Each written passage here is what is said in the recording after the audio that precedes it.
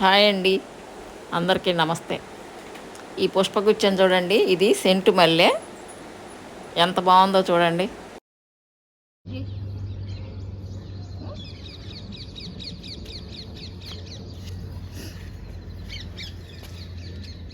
ఈరోజు నేను మీకు మైసూర్ మల్లె గురించి చెప్పబోతున్నాను. దీన్ని దిల్బహార్ అని కూడా అంటారు. ఈ పువ్వులు చూడండి, ఇవి ఎక్కువ పువ్వులు ఉండి ఒక పుష్పగుచ్చం అన్నమాట. దీనిలో చూడండి ఎట్లా వచ్చిందో. ఇది నేల మీద అయితే ఒక అడవిలాగా పెరుగుతుంది. దీని హైట్ వచ్చి ఒక 5 అడుగుల వరకు పెరుగుతుంది. చుట్టూ కూడా చాలా మొక్కలు వస్తాయి. ఇది నేల మీద పెరిగే మొక్క.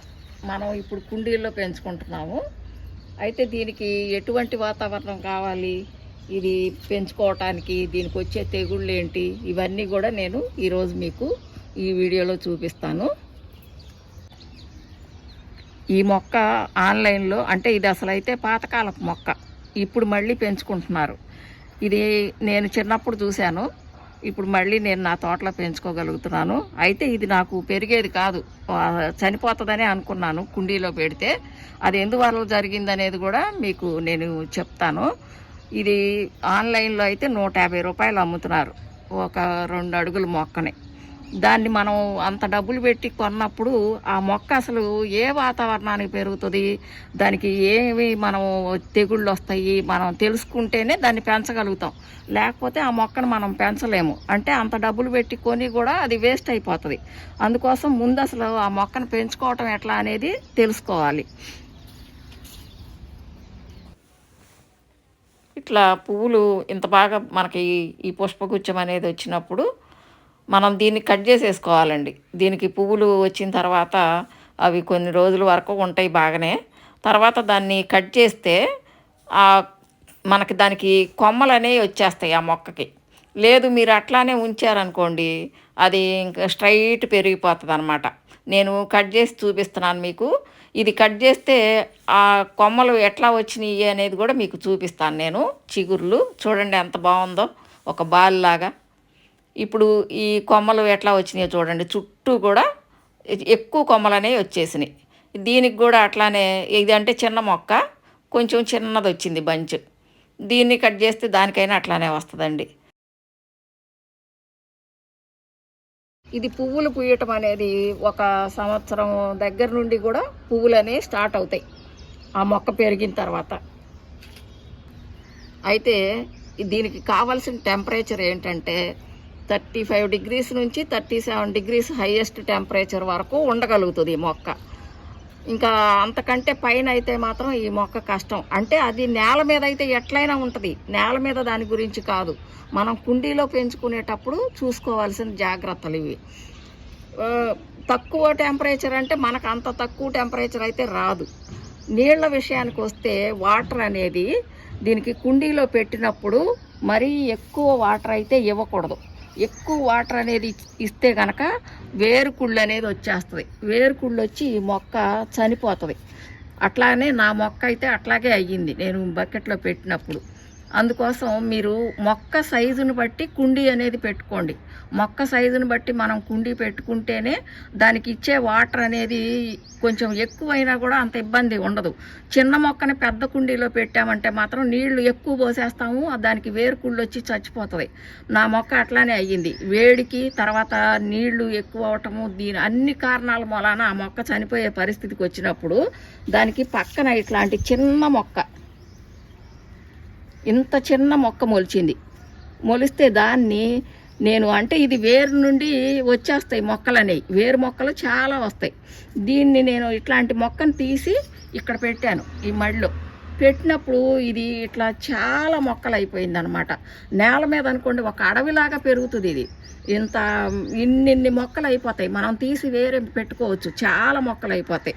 అది మనం చూసుకుని దాన్ని తీసి వేరే పెట్టి బ్రతికించుకోగలిగితే ఆ మొక్క అనేది ఇన్ని మొక్కలు అవుతాయి అన్నమాట. నాకు ఇట్లానే ఇన్ని మొక్కలు అయినాయి ఒక్క మొక్క నుండి. దీన్ని నేను ఇక జాగ్రత్తగా కాపాడుకుంటే నాకు ఇక ఇది పోదు, ఇది ఇట్లానే ఉంటుంది. ఇది పాతకాలం మొక్క కాబట్టి మనం అందరం కూడా దీన్ని కాపాడుకోవాలి. వేరే పెడతాను నేను. ఆన్లైన్ పెట్టడానికి నాకు పంపించేవాళ్ళు లేరు, దానివల్ల ఇబ్బంది అవుతుంది. లేకపోతే నేను ఆన్లైన్ పెట్టి మీ అందరికీ కూడా పంపించగలను. అది చేయటం నాకు ఇబ్బంది మూలానే మీకు చెప్పలేకపోతున్నాను నేను. ఇట్లాంటి మొక్కలు చాలా వచ్చేస్తాయి అన్నమాట. వీటిని మనం వేరే తీసి పెట్టుకుంటే మనకి బోల్డ్ మొక్కలు అయిపోతాయి. అయితే దీనికి వచ్చే తెగుళ్ళు ఏంటంటే ఈ ఆకులు వెనక ఇటు చూపించు,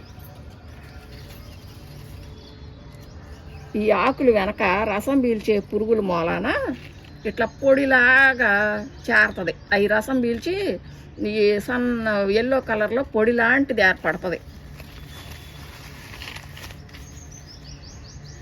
ఇట్లాంటిది ఈ పొడి లాంటిది వచ్చినప్పుడు ఇది ఇక్కడ కనపడుతుంది చీమ. ఈ పొడి లాంటిది వచ్చినప్పుడు చీమలు అనేవి చేరుతూ ఉంటాయి అన్నమాట. చీమలు వచ్చేస్తాయి ఈ ఆకులు వెనక. అందుకని మనము దీనికి పెస్ట్ కంట్రోల్ అనేది చెయ్యాలి. అయితే మరీ ఘాట్ అయినవి మాత్రం స్ప్రే చేయొద్దు. ఘాట్ అయినవి అంటే మీరు చెయ్యండి, కానీ 1 లీటర్కి 1 ml వేసుకోండి. ఎక్కువైతే వేయొద్దు. ఎక్కువ వేస్తే ఏమవుతుందంటే ఆకులు అనేవి మాడిపోతాయి. మీరు స్ప్రే చేసేటప్పుడు కూడా ఈ ఆకులు వెనక భాగం తడిచేటట్టుగా స్ప్రే చేసుకోండి. స్టెమ్కి పడేటట్టుగా మొదల్లో కూడా స్ప్రే చేయండి. మొదల్లో స్ప్రే చేసినప్పుడు అసలు ఇక్కడ నుండే వస్తాయి మనకి ఏ పురుగు అయినా సరే. ఆ స్టెమ్ మొదల దగ్గర నుంచి మనం కనుక స్ప్రే చేస్తే ఆ పురుగు అనేది అసలు పైకి అనేది ఎక్కకుండా ఉంటుంది. రసం పీల్చే పురుగుల వల్ల అయితే మాత్రం మీరు ఆకులు వెనక బాగాన స్ప్రే చేయండి. దీనికి వచ్చే మెయిన్ ఈ రసం పీల్చే పురుగులే ఆ తెగులు అనేది.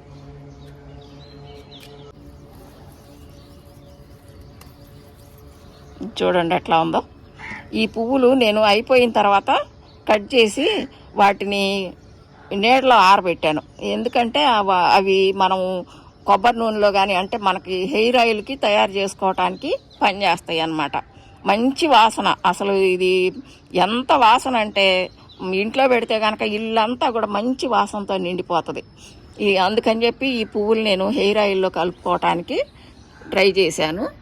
ఇది మనకి అట్లా కూడా ఉపయోగపడతాయి ఈ పువ్వులు. ఇవన్నీ కూడా దీని నుంచి వచ్చిన మొక్కలు. నేను ఒక చిన్న మొక్కనే పెట్టుకున్నాను. అసలు చనిపోతుంది, పెద్ద మొక్క చనిపోతుంది అనుకుంటే చిన్న మొక్కను పెట్టుకుంటే ఇన్ని మొక్కలు అయినాయి నాకు. ఒక అడవిలాగా తయారైద్ది అనమాట. అదే నేల మీద అయితే ఇంకా అసలు చెప్పక్కర్లా, అంత బాగా పెరుగుతుంది ఈ మొక్క. ఎన్ని మొక్కలు అవుతాయో.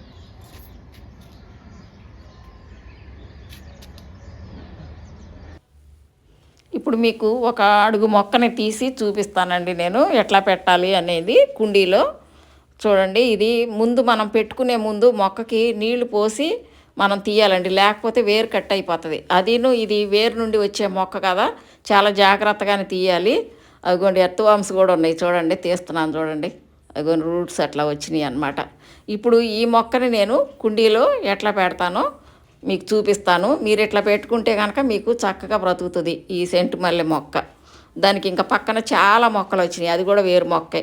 ఇవన్నీ కూడా వేరు మొక్కలే. వీటిని తీసేటప్పుడు చాలా జాగ్రత్తగా తీయాలి. ఇదిగోండి నేను ఫస్ట్ ఏం చేశానంటే 1 పావు స్పూను ఇది ఫంగిసైడ్ వాటర్లో దాన్ని ఒక అరగంట ఉంచాలి. ఉంచిన తర్వాత మనం అప్పుడు మొక్కను అనేది నాటుకోవాలి. ఇది మట్టి ఇసుక ఈక్వల్ రేషియోలో తీసుకోండి. మీరు దేంతోనైనా సరే, మీరు ఏది తీసుకుంటే డబ్బా దేంతోనైనా కానివ్వండి సరిపడా మీ మొక్కకి. 1 డబ్బా వర్మీ కంపోస్ట్ అండి. ఇసుక మట్టి ఈక్వల్ రేషియోలో తీసుకొని 1 డబ్బా వర్మీ కంపోస్ట్ తీసుకోండి. ఈ కుండీ అయితే మీరు ఇది పెద్ద మొక్క ఏమి ఉండదు మనకి, కాబట్టి ఈ 8 ఇంచ్ కుండీ ఇది నేను తీసుకున్నది, అది సరిపోతుంది. డ్రైన్ హోల్స్ మాత్రం మీరు సరిగ్గా పెట్టుకోండి. డ్రైన్ హోల్స్ లేకపోతే ఈ మొక్క చచ్చిపోతుందండి, ఎందుకంటే నీళ్ళు ఎక్కువ అవ్వకూడదు. ఆ వర్మీ కంపోస్టు ముందు నేను మట్టి ఇసుకే కలుపుతాను, ఎరువు దానిలో కలపనండి. ఇది నా పద్ధతి, నేను పెట్టే పద్ధతి మీకు చెప్తున్నాను. ఇది వేపపిండి 1 గుప్పెడు అంతే. ఇంకా నేను ఇంతకంటే ఎక్కువైతే ఏమీ దీనికి వేయటం లేదు. ఇప్పుడు ఈ మట్టి ఇసుక నేను కలిపేస్తున్నాను.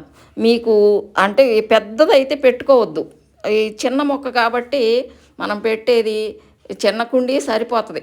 ఎక్కువ పెట్టామనుకోండి మళ్ళీ తర్వాత నీళ్ళు ఎక్కువ అవటం ఈ ప్రాబ్లమ్స్ అన్నీ వస్తాయి. ఇప్పుడు ఈ వర్మీ కంపోస్ట్లో నేను వేపపిండి అనేది కలిపేశాను. వేరే వేరేగానే నేను వేస్తానండి, అంతేగాని మొత్తం మట్టిలో కలపను నేను. ఆ మట్టి ఇసుక కలిపాను. అంటే మీకు ఎప్పుడు కూడా మట్టి అనేది ఎట్లా ఉండాలంటే పొడి పొడిగా ఉండాలి. మీరు నల్ల మట్టి తీసుకున్నా ఏ మట్టి తీసుకున్నా కూడా ఇసుక అనేది తప్పనిసరిగా కలపండి. అట్లా కలిపితేనే పొడిగా ఉంటుంది మట్టి. ఇప్పుడు ఈ ఫంగిసైడ్లో ఉన్న మొక్కని మీరు డైరెక్ట్గా అట్లా పెట్టద్దు. మామూలుగా కొంచెం మంచి నీళ్ళల్లో ఈ వేర్లు అనేవి మళ్ళీ కడగండి, అంతేగాని డైరెక్ట్ అట్లా పెట్టేయొద్దు. ఇది నేను పెట్టుకునే పద్ధతి మీకు చెప్తున్నా. నేనైతే నా మొక్కని ఇట్లానే పెట్టుకుంటాను. ఇదిగోండి, ఆ డ్రైన్ హోల్స్కి ఏవో ఒకటి మనము వేసుకోవాలి, పెంకులు కానివ్వండి ఏదో ఒకటి. అయితే ఇప్పుడు నేను దీనికి అడుగున ఏం వేస్తున్నానంటే ఆ పెంకుల పైన ఈ ఎండు వేపాకులు, మీ దగ్గర ఏ ఎండాకులు ఉన్నా వేసుకోండి. నేనైతే వేపాకులు వేస్తాను అనమాట, నా దగ్గర ఉన్నాయి అవి వేస్తున్నాను. ఇప్పుడు మట్టి ఇసుక ఈక్వల్ రేషియోలో తీసుకున్నాం కదా, అది వేసేస్తున్నానండి కుండీలో. ఈ వేపాకు మీద అంటే ఎండిన ఆకు మీద మీ దగ్గర ఏది ఉంటే అది తీసుకోండి, ఆకు అనేది మీ ఇష్టం అది. ఇప్పుడు ఈ రూట్స్ అనేవి మీరు కరెక్ట్గా మట్టి మీద సెట్ అయ్యేటట్టు పెట్టండి, మొక్కని పెట్టి అప్పుడు మళ్ళీ మట్టి వేయండి. అంటే మట్టి ఇసుక మనం కలుపుకున్న మిశ్రమం ఉంది కదా, అది వేయండి.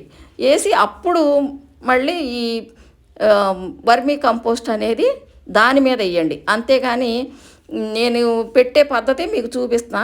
వర్మీ కంపోస్టు నేను ఆ మొక్క పెట్టంగానే వేయను, ఇట్లా వేస్తాను అనమాట. మీ దగ్గర వర్మీ కంపోస్ట్ ఒకవేళ పశువుల ఎరువు ఉంటే అదే వేసుకోండి. వర్మీ కంపోస్టే వేయాలని కొని వేయాలని ఏమి లేదు. మీ దగ్గర పశువుల ఎరువు ఉంటే అది వేసేసుకోండి, లేకపోతేనే ఇది తెచ్చుకొని వేసుకోండి అంతే. అది కూడా ఎక్కువ ఏమి వేయక్కర్లా, అంతే ఆ డబ్బా సరిపోద్ది, ఇంకా అంతకంటే ఎక్కువ అయితే అక్కర్లేదు. ఇట్లాగా మొక్క పెట్టిన తర్వాత మీరు దాన్ని మాత్రం ఈ కొంచెం అదవాలి, మనం పైన ఉండేటట్టు మాత్రం ఉండకూడదు.